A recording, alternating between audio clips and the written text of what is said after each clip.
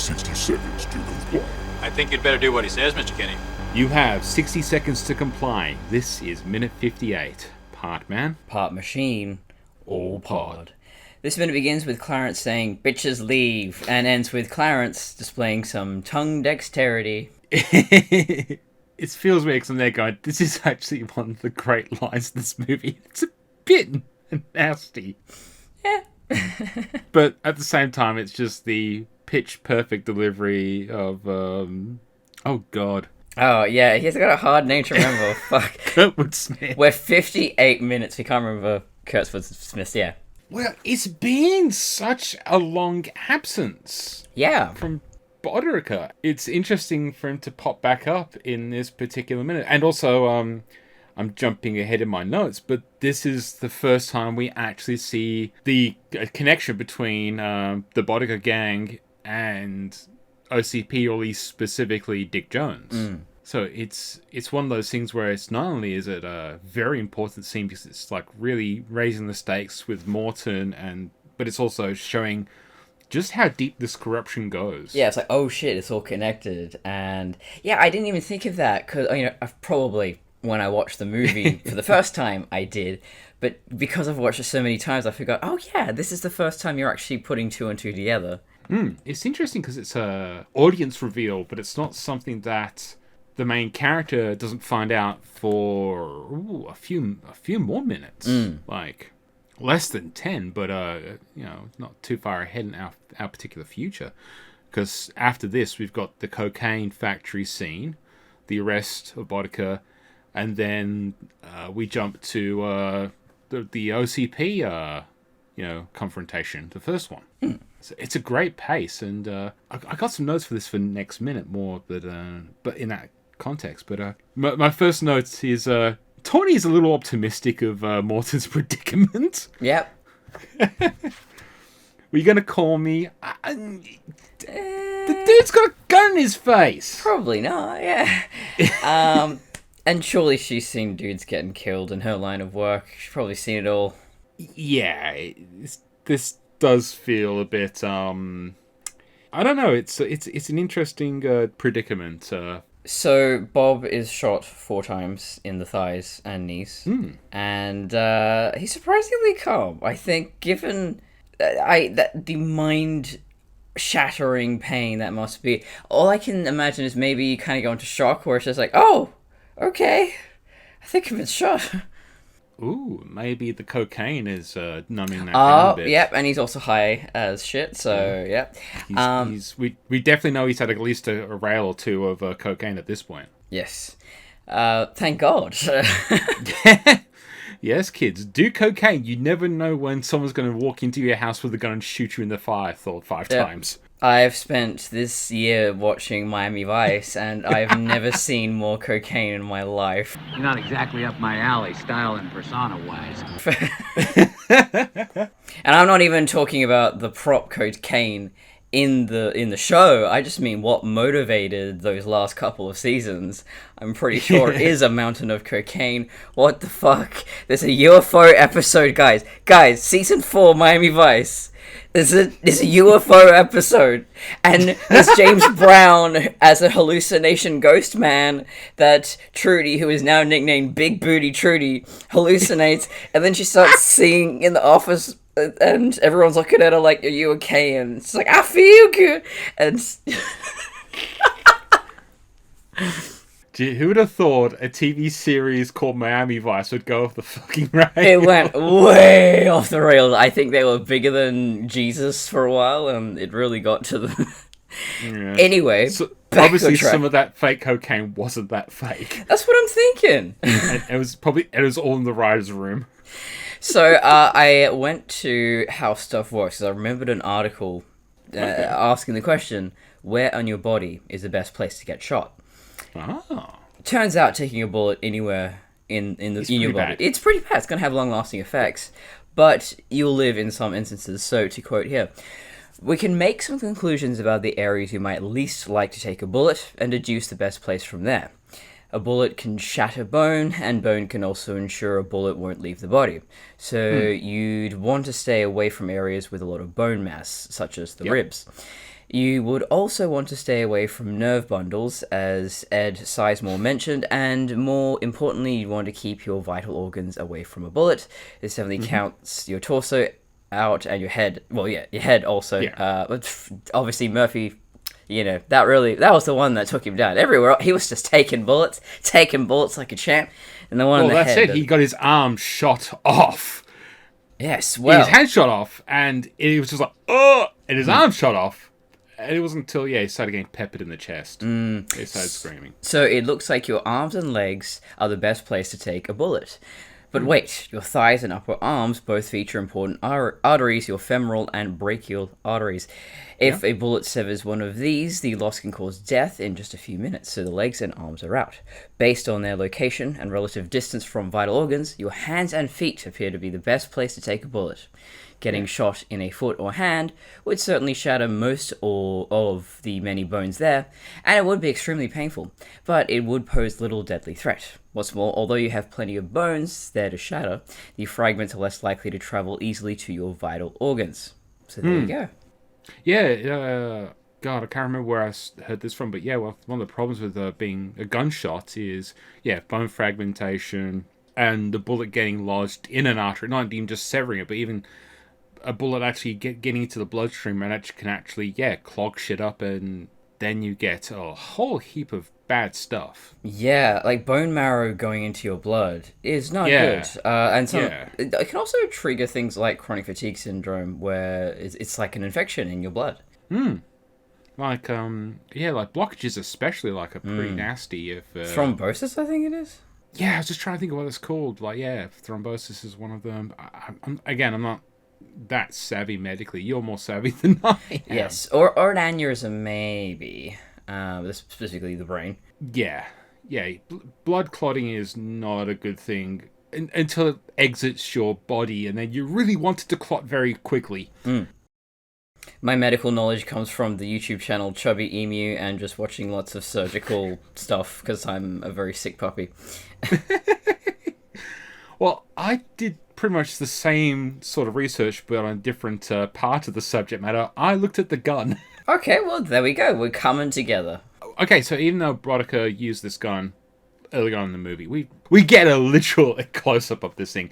It is a IMI Desert Eagle Mark 1, which is like one of the iconic big guns. It actually shoots a .357 Magnum bullet, basically the same ammo as Dirty Harry's big gun. Nice. This is like the first generation, so it's the more classic Hollywood big gun, which came out in like the 90s, like literally like Arnold Schwarzenegger's Last Action Hero. The big gun in that is the next version, the Mark 7, which is typically a 50 caliber bullet. Someone needs to do that movies by minute, by the way. Oh, Last Action Hero minute. Oh, that's tempting. I saw that in the cinemas. Well, that's like 92, 96, somewhere. 90, early 93 90s, I think, yeah. By the way, there was a radio show in Perth called Boddicker's Bunch for breakfast, so... I forgot about that. Last Action Hero was 1993, yes. I don't know why I'm so good at remembering movie dates, or roughly the movie dates. Yeah. I forgot about that. Okay, this is a tangent, but I don't care. Because that guy, the Boddicker, who's of the bunch, I remember he was a weird thing. He never wanted to have his face shown. Oh yeah, we don't know what I still don't think we know what he looks like. Well, it's funny because I'd see newspaper clippings, and he'd always be like, they'd show the radio room, and he'd always be hiding behind someone else, like he'd have his hand out or something. And I remember there was a TV interview with him, I think for Telephone years ago, and he was dressed up as Batman.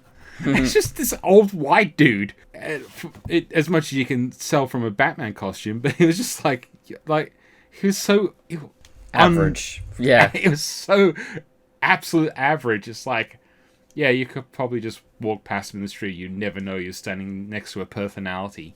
Yes, although he has a very deep voice.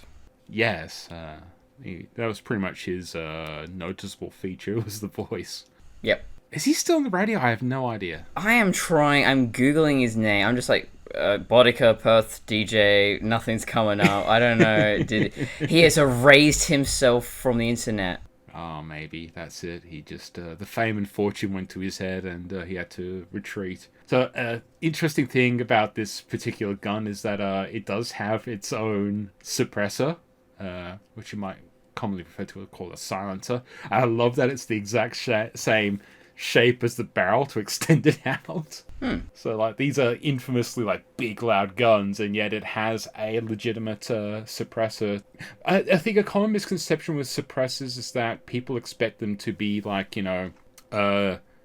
completely silent, whereas this one's probably maybe a little bit too silent, because usually it just makes it just less loud, but you can still usually hear the gun. Yeah, it's still it drives an explosion. It drives me nuts when silences in movies are just like, pew! Like, it's not. Or a piff. It also annoys me when people don't acknowledge how fucking loud guns are. They're incredibly loud, yes, and no one flinches, and everyone's just so cool with it. And they're in season 2 of The Great, which is a great show. This is set in the 18th century, yeah. And one guy's like, God, these are fucking loud. Someone should invent like a silencer or something. Also, I watched Venom last night, and Venom, the symbiotes, they're all sensitive to sound, right? And they make a big deal out of it in this movie, except when it comes to bullets, apparently. Yeah, being close to a gun exploding should technically disorientate a symbiote. Or anyone, really. Well, yeah. I mean, there's a reason why even in the previous scene where they're at the gun range. Okay, to be fair as well, with the gun range, you're in an enclosed room, so that shit echoes like crazy. I mean, I've been to a gun range, and... Oh, yeah. I'm not sure if I mentioned it on the podcast or not, but I went to a gun range years ago. Anyone shooting a little pea shooter kind of pistol, it does make a sound, but it's even worse when someone's shooting a fucking shotgun in there, and if you can feel that in your stomach. Oh, yeah. But it's less the sound, it's just like the fucking hell. I just felt like I was going to crap myself from the vibration. Boom. Yeah. You know how we were talking about last minute about the monitors?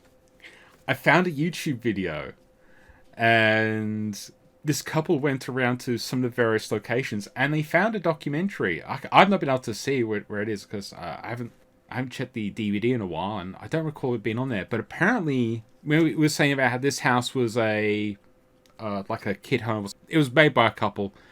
I heard a bit of footage from Paul Verhoeven saying about how these monitors were, and all the setup were there. Apparently, the owners were the husband was like an audiophile, and it was like an audio engineer or something like that. So yeah, all those monitors were there. Everything was plugged in and ready to go. They just needed to basically put the video in. Interesting enough, if this worked as it did, that was a VCD. A what? A VCD, a video compact disc. Because DVDs were not created till almost 10 years later. Oh, right, yeah. So it's a funny thing to reflect on. Like, I don't even recall it being that big a deal when I first watched it. Like, they're not using tapes. It's just like, CDs were kind of brand new, so it's kind of like, future tech. But now you look at it back now, it's like, oh yeah, they're using DVDs. No, that's not a DVD. That's a CD. Future technology. I was just going down a bit of a rabbit hole because it's Boddicker, Fred Boddicker, B-O-T-A. But it's one of those things where spelling was not standardized. So as far as I can tell, Boddicker and Boddicker and Boddicker are all related. So I think Boddicker is actually where the name comes from. The what is she? Scottish warrior, Celtic warrior. I was going to say, sounds Germanic or Celtic, yeah. Celtic, yeah. Hang on, Boddicker, where is she from? We're just researching the fly. That was the warrior queen, wasn't it? Yes, Boddicker, Boddicker, and in Welsh as Budug or Budug. Was it queen of the British Iceni tribe? Yes. Well, there you go. So it's all connected. I have a great note. Speaking of everything's connected. Yes. So there's a couple of differences between the book and the... Oh, okay, so the script is relatively the same. Except there's an addition of a cat. Well, catagonist? There's a cat-tagonist that was cut from this film. Just like, spoilers, there was a dog-tagonist that was cut from this film. Oh, what a shame.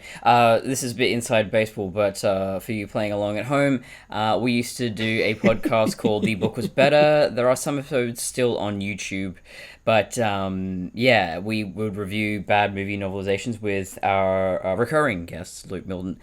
And Alan Dean Foster, for whatever reason, loved focusing on the cat's perspective in Alien.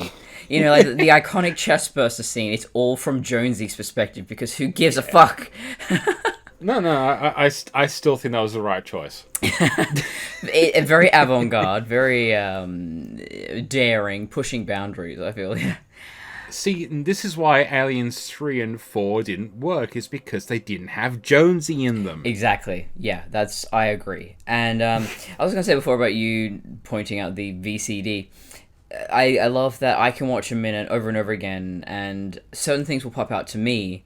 But there are things that I'll totally overlook, like that. I just went, oh, it's a DVD. I went, oh, well, hang on. Yeah, no, of course, duh, it's not. Well, we are roughly about 10 years age difference. Yes. So almost a generational gap there.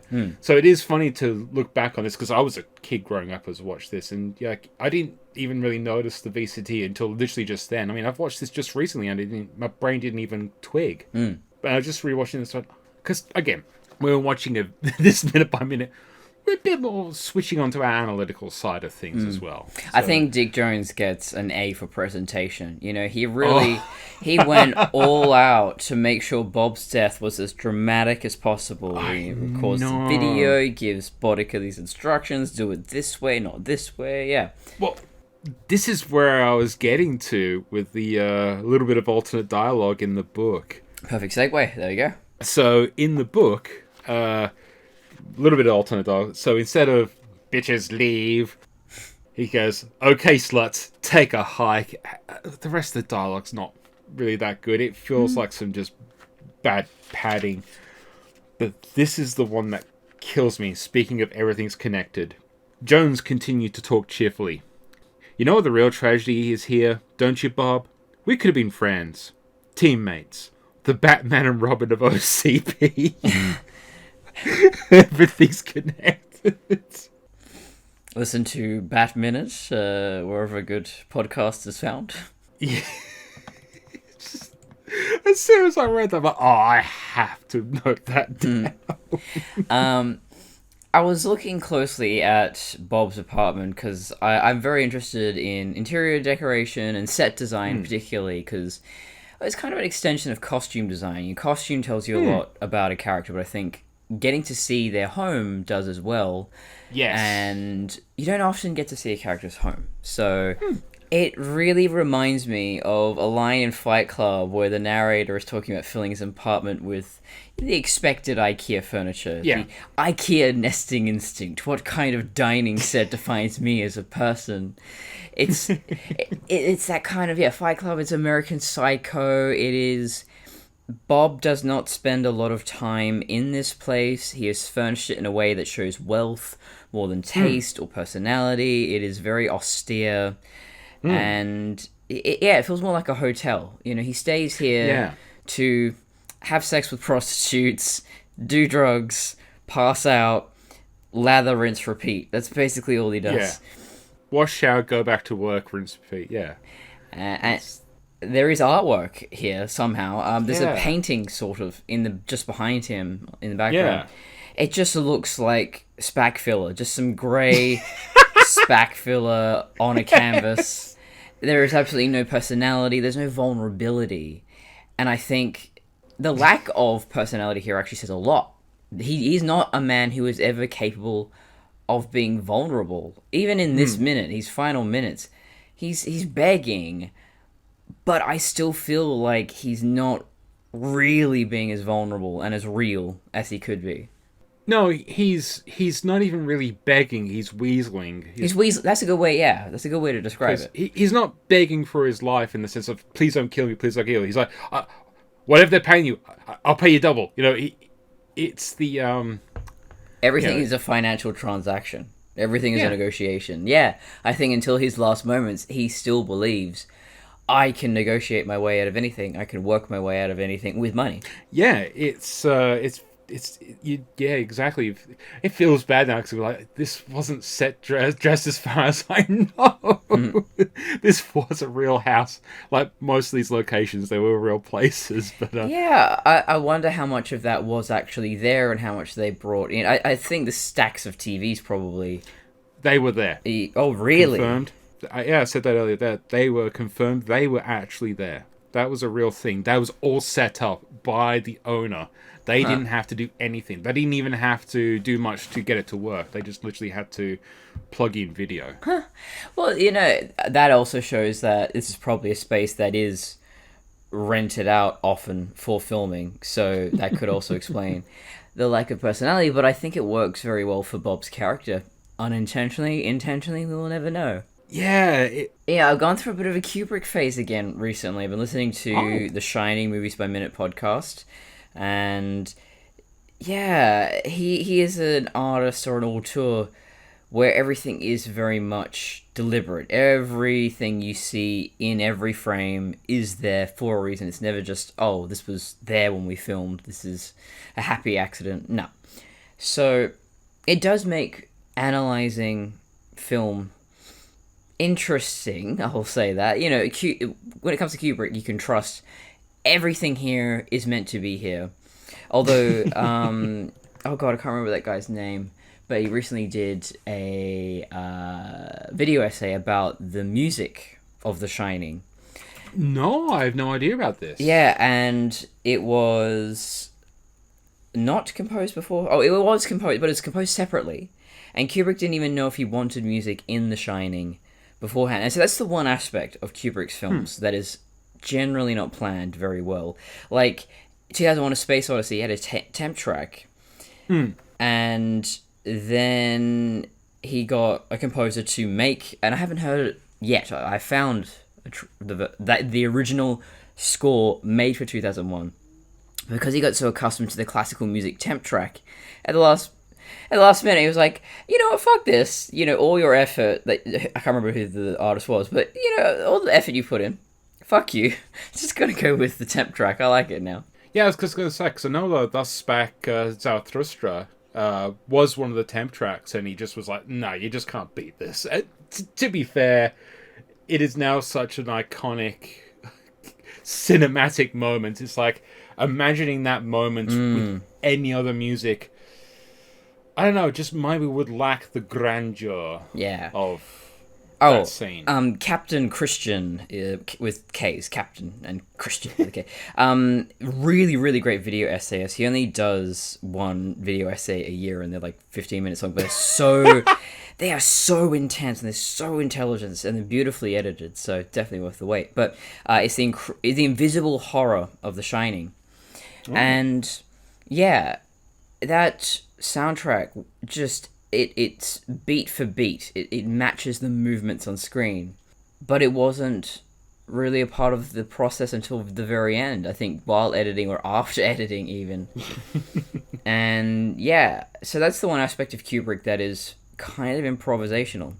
Whereas, yeah, a movie like this, I think Verhoeven. It's a weird name. Look, don't blame me. Verhoeven. Yeah, he's a bit more improvisational. He's a little bit more happy accidents. And yeah, what can you say about things that were just already there, like this set? Can I say it says anything about Bob's personality or not? There's nothing wrong with location scouting and using what's there, because at the end of the day, you're still going to be telling that story in that setting. So if... Yeah, I guess they looked at all the photos of their options and went, well, this place looks right for this character. Yeah. Yes. Like, if they decided... Okay, so let's look at this setting compared... as a living space compared to what we've already seen in this movie, the Murphy setting. they probably dressed it up a bit more because they probably wanted, say, like the TV, the comics and stuff like that. They wanted props and all that type of it's stuff. the hero character in his home, so it's very important. Yeah. But they probably didn't do, like, picture frames and all the other stuff. They didn't, like, repaint the cupboards and stuff like that. And it also feels like what could be, like, a company house. A place where employees keep their families. It's very Spartan in places, but it has a homely feel. Yeah, it's open, it's airy, whereas you compare that to Bob Morton's house, which is just, it's oppressive and heavy. Yeah, so 2 places probably didn't need much set dressing because they just went like, yep, that fits the bill. That's one of the great things about location scouting to a certain degree, is if you can... That would be a lot of fun, I think. Yeah, the few times I've had to do it for myself, I've not done really interiors, but like just scouting for exteriors can be really interesting. Like, this is why trying to find decent abandoned areas is now getting depressingly bad because a lot of these places are getting knocked down or the access is getting restricted for various good reasons. Like the South Fremantle power station is a death trap. But it's also a cool looking death trap. Yeah, it's so cool. And like there used to be one place up just north of me, about 10-15 minutes drive up north. Got bulldozed about 2 years ago. And I know a friend, I did a recce to there about 3 years ago. And I wanted to go shoot there, and they're literally the path to drive into it. They just put a gigantic boulder in there. If you look beyond the boulder, there's just nothing. So you wouldn't even know there was anything there except for the fact that it's a big giant boulder. That sounds like something in like a Pokemon game where you're trying to push past a barrier. Like, oh no, this giant rock there. You need to get, I don't know, such and such Pokemon to destroy it and get through. No, you need to wake up Snorlax. Yes. Yes. But he is the best Pokemon, so what you expect? Well, yeah, he's pretty good. Slowpoke is my favorite. Oh, Slowpoke's amazing. I've got one on my bed. Her name is Poppy. Psyduck is my spirit Pokemon. Yeah, I think Slowpoke's my spirit Pokemon. You know, not getting anywhere too fast, but we'll get there in the end. Just wait. I just gotta sleep. Just let me have a nap. Yeah, I love the Slowpoke memes. So good. And also, yeah, the more what's the cloister? Yeah, the more cloister venom you put inside my body, the more intelligent I become. I did not know. Okay, I was never a huge fan. I played the first game. I saw the first movie, but I've not been a huge fan. So yeah, we should probably not fucking talk about Pokemon. Oh god, it's so interesting though. Like, yeah, okay. So this is the only Pokemon that evolves by having kind of a medical emergency happening. So yeah, so you have Slowpoke, and then it turns into Slowbro when a cloister, which is like this big oyster clam shell looking motherfucker. Anyway, he bites the tail, or it bites the tail of a Slowpoke. Yeah. And the venom going into the Slowpoke's brain actually makes it more intelligent and it becomes upright. And yeah. And then if the Slowpoke is bitten on the head, then it becomes a Slow King. And then it's not slow anymore. It's very, very smart. I love this shit. God, and that is why Slowpoke is the best Pokemon. I'm just trying to remember the Hitchhiker's Guide to the Galaxy quote, which is something akin to, it does to evolution what an Arcturian flying apple does to Sir Isaac Newton. There's some weird comment like that. It's like, oh god, it's like shit. Evolution. How? What? Yep. Huh? Yeah, you know what? It's not even like, this is obviously a made-up anime thing, but it's not that far from reality, to be honest. Well, yeah, if you're talking about developing a defense function from an attack, it just tends to go over a long period of time. Not, I got bitten in the tail and now I've morphed into a completely different species. Now I can speak English and walk upright, and yeah. I think in one of the Pokemon movies, Slow King had like a Morpheus voice. Welcome to the desert of the real. No, I'm just thinking we need some more of those death clams to bite more people in real life. We might fasten the pace of our own intelligence a bit more. Yes, exactly.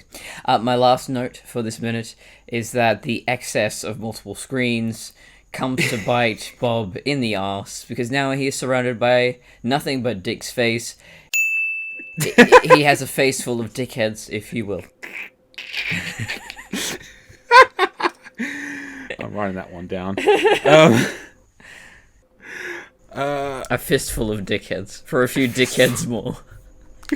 The good, I the love bad, that the trilogy. dickhead. The good, the bad, and the Dick Jones. Oh, shit. The good, the Bob, and the Dick Jones. The Bob, the Dick, and the Boddicker. Yeah, good work. No, I don't... We gotta keep workshopping. Yeah. Yeah. Oh, God, I really want to make that as a movie poster. We should. It's been a while since we've done a movie poster. Oh, God. The solo one. Shit. I saw that one on the Instagram the other day. I was going through it. What the fuck? Oh, yeah! My last big note is about commentary. Paul continues on about talking about being ill, saying he was constantly sick throughout production, but he never stopped working. It's just that if he needed to, he'd just go and throw up in a trailer somewhere. Ed talks about how the drugs were actually milk sugar, or something like milk sugar. According to Ed, apparently having too much of it also gives you diarrhea, so I'm not saying there's a connection there. Maybe Paul thought he was getting into the real stuff, and, you know. But right at the end, this is an interesting one, is that John talks about how the quote is, "Oh, there's the prop that doesn't work, remember?" Talking about the grenade. I've got more notes for the grenade next minute, so it plays a bit more of a key role. And that's all me tapped out. That reminds me of a story from Mr. Robot, not somewhat related to RoboCop, I guess. Mr. Robot. Rami Malek, the character, does a lot of drugs. So when he's doing coke, as a prank on set, he got one of the prop guys to make this little straw attached to a vacuum type thing to suck up all the coke and then just hide it up in his sleeve. Because, you know, with prop cocaine, you do have to snort it up your nose, but it's perfectly safe. And it was just like a mountain of coke, and he just went through all of it, and so the crew were watching, like, what? How the hell? What? And, then he revealed, no, I didn't snort up any of this.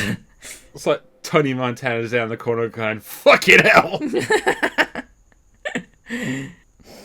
So, the problem with Tony Montana now is that part of me just goes, it's Al Pacino, but part of me also goes, it's Michael Bolton. Yeah, truly the greatest Tony Montana performance. Some said it was more accurate to the novel. I'm told. So, shall we? Still a better Jack Sparrow. Yeah.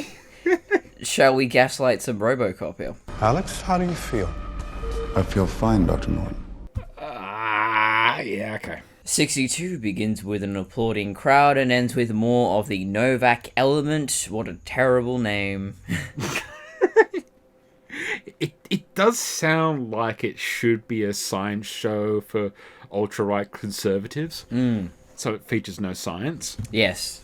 It believes in the science until it disagrees with your feelings. The Novak element. Our feelings don't care about your facts. My comment is the lone dumbass in the crowd. Because, when you've got multiple arrest warrants out for your name, I would turn up to a police conference in talking about the newest... What is he... Did he want to be caught? I don't know what he is charged with, but I feel like he is a serial killer, kind of like BTK. And he got to a point where he was just like, I'm bored. I want to be caught. I expected to be caught by now. It's been decades. I'm so disappointed.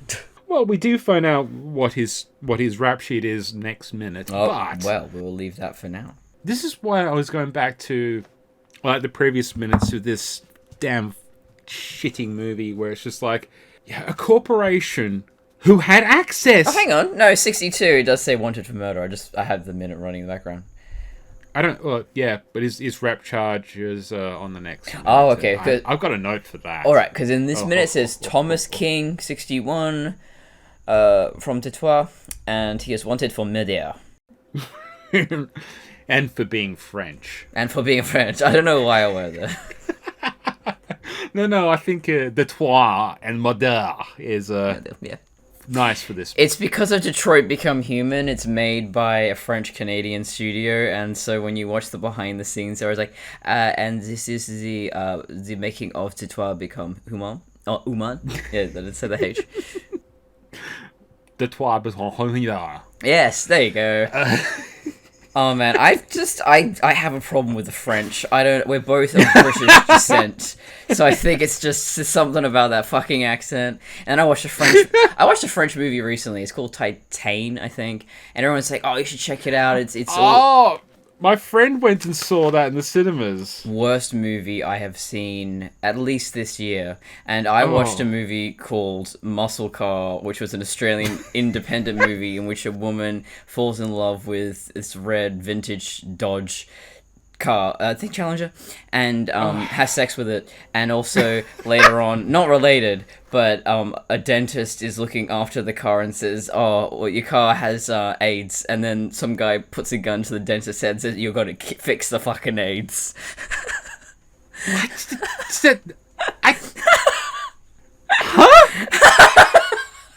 Yeah, that was better than the French movie, and I don't know if it's just because I hate the French specifically. Well, one. And two. Two. What? No, okay. One. I'm fairly certain. Look, I'm not a mechanic. I could be completely wrong here, but I'm fairly certain a car does not have him as an immunity. No, so she Have found a blood system with immunity. she found a book at a late night bookstore that was about voodoo mechanics, and in that book it says that if you put specifically a bull's heart, it couldn't be any other animal, it's specifically a bull's heart, you put that in the engine block. Don't ask me how that doesn't get immediately cooked, but anyway, you put that in the engine block, then you run some dude's blood through that you murdered because you picked him up in a bar and then you murdered him. Anyway, so you fuel the car on blood, which somehow saves you money, I guess? That was her main motivation, by the way. It's Muscle Car, the Australian movie. Truly, the finest Australian cinema has to offer. It's definitely a great movie night movie. Is it a muscle car made out of muscle? I wonder if that's what they were going for with the title. Yeah. It has to Because, be. like, feeding flesh to... Oh, God, this is a hell of a tangent, but fuck it, saves talking about this movie. A car made out of flesh called Muscle Car. Come on! Yep. Come on!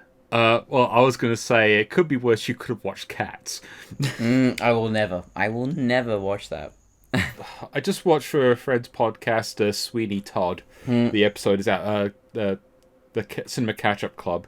It's fine. I didn't like it, but Yes, it's like, thoroughly it's average. fine. I think Sweeney Todd as a musical is thoroughly average. Anyway, but why the fuck are we talking about this? No, but it's just that thing of like, so, yeah, okay. Because we're skirting around the fact of, what the hell is this dumbass doing? Yeah. It's like, I don't want to be, well, okay, to be fair, there's literally two cops next to him and they don't realize he's there. Yeah, I guess that's the whole point. And I almost feel like it's maybe they're trying to reference Taxi Driver, you know, where at the end, Travis, I think his name's Travis, yeah. He is Travis Bickle. Yeah, he's in a public place like this. There is a politician, I think it's the president, a politician out in the public like that. But, No, it was a talk show host and his name was called Joker. Yeah. Sorry. That's basically the same movie. So, I think that's actually how I would play this scene is, first of all, I would have RoboCop being weirdly charismatic. I like the idea that Alex Murphy actually wasn't very quote-unquote human. I want to play with that idea a little bit. So this is my direction as a director. That we have this idea that introverts or socially awkward people are somehow less human. I wanna get rid of that stereotype. So yeah, he is just a very quiet, introverted guy. Then, as RoboCop, he becomes the poster boy and is weirding out his family because they're not used to that. Especially in the scene, they're going, okay, who the hell is this? You think a corporation like Omnicorp would not want a soulless machine. They want a public face. Exactly. The whole point was that the public does not trust machines, so you need to put a man inside the machine. And, unless you're playing it for horror where Michael Keaton's like, see, this is what you wanted. I'm giving you what you want. Isn't it fucked up? Yeah, I mean, you could go in that direction, but no, I think poster boy makes more sense. This will come up in a few minutes later. Spoilers. But, like, everyone loves RoboCop! Because, of course, they fucking have to. The movie tells them to. But, yeah, like, having Joel Kinnaman play Alex Murphy so deadpan throughout most of this movie, except when he's going full gangster with his homeboy Lewis. Yep. And, going to pop some caps in yo ass. Yes, back in my day, we would call people like that wiggers. I don't know if we're allowed to say that anymore, but I definitely knew some quote-unquote wigger kids in my school, and it is not cool. It is really obnoxious. No, I've never met a cool wigger. Nope. That could also be the name title drop for this fucking movie. I still can't get over the fact that OCP had access to the records of the police, like security footage, arrest records of the police database. They had an algorithm to sort all this shit out with facial recognition software. Yeah, so what is Murphy actually doing in this scene? What is he doing that the AI couldn't do? And so that's why I'm thinking, so that's, okay, this is how I would also change the scene. So, yeah, we're focusing on how, he's this very charismatic poster boy, whatever. And then you have this, I don't know, some element of the fact that he is human allows him to put two and two together. And this, what's his name? Tom King, or whatever his name is. I think he's... Yeah. No, Tom King's the guy who wrote the latest Batmans. Anyway. I was going to say, there is a Tom King, and I think he's mortal enemies with Gail Simone on Twitter. Yes. Oh, that Tom King, yes. And, yeah. I think we could develop Tom King's character a little bit more and say that he wanted to be caught. Or he wanted to kill RoboCop. He has a grudge here. There is something connecting the two. It could be that he recognizes Murphy. There could be some kind of connection here between King and Murphy. Something like that. Just add more to your story. What if this is one of the dudes that killed Murphy? Or is like one of those criminal connections? Because that was a plot that went fucking nowhere. Yes, exactly. Yes. Oh my god. That's the thing. Is this movie? This feels like a first draft. It is bare bones basic. And yeah, if you're writing, if you've ever written before, you'll know that your first draft, it lays down. It's terrible. It lays down a lot, and then it forgets to pick it up because you might be writing this over months, years. Yeah. And then you do or that. In cases like this, weekends. A weekend, yeah. And yeah, that second draft is really where you're trying to tighten up that story. Stephen King says the first draft is telling the story to yourself. The second draft is telling it to an audience. And I like that. Yeah, I think it's a really simple way to summarize what you have to do in that revision. And so you are making those connections and correlations, streamlining, bringing in the themes and making them more obvious. And yeah, I mean, we've talked about this before. This is a movie that has nothing to say. It has nothing to say about a lot of things.